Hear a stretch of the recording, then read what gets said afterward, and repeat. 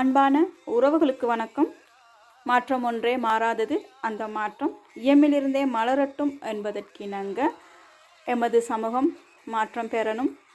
அந்த மாற்றம் கல்வியால் மட்டுமே அதை பூர்த்தி செய்ய முடியும் அப்படிங்கிற ஒரு எண்ணத்தோடு இன்றைக்கு கல்விக்கு கரம் கொடுப்போம் என்னும் நோக்கத்தோடு நிறைய உறவுகள் கல்வி சார்ந்த சேவைகளையும் கல்வி சார்ந்த உதவிகளையும் பல வகையில் பல பேர் முன்னெடுக்கிறாங்க அப்படிங்கிறது போற்றக்கூடிய மகிழ்ச்சியான ஒரு விஷயம்.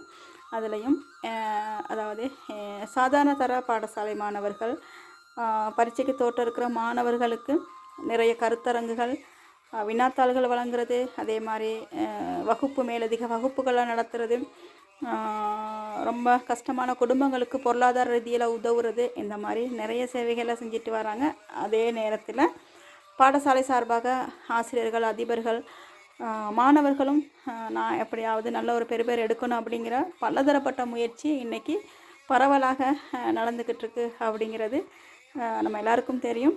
அந்த வகையில் கல்விக்கு நாம் கரம் கொடுப்போம், அந்த கல்வியால் எமது சமூகத்தை மாற்றுவோம் அப்படிங்கிற எண்ணத்தோடு பயணித்துட்ருக்கிற அனைத்து உறவுகளுக்கும் என்னோட அன்பான நன்றிகளையும் வாழ்த்துக்களையும் சொல்ல கடமைப்பட்டிருக்கிறேன். அதோடைய இன்றைக்கு அந்த பரீட்சை எழுதுகிற அன்பான மாணவ செல்வங்களுக்கு என்னுடைய அன்பான மனமார்ந்த நன்றிகளையும் பாராட்டுக்களையும் சொல்லிக்கொள்கிறேன். நல்லபடியாக இந்த பரீட்சை எழுதி சிறந்த பெறுபேறுகளை பெறணும்.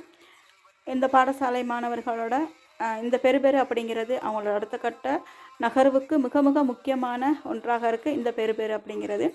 எனவே நல்ல பெறுபேறுகள் எல்லா பிள்ளைகளும் பெறணும். அதுக்கு அவங்களோட முயற்சி மிக முக்கியமானது.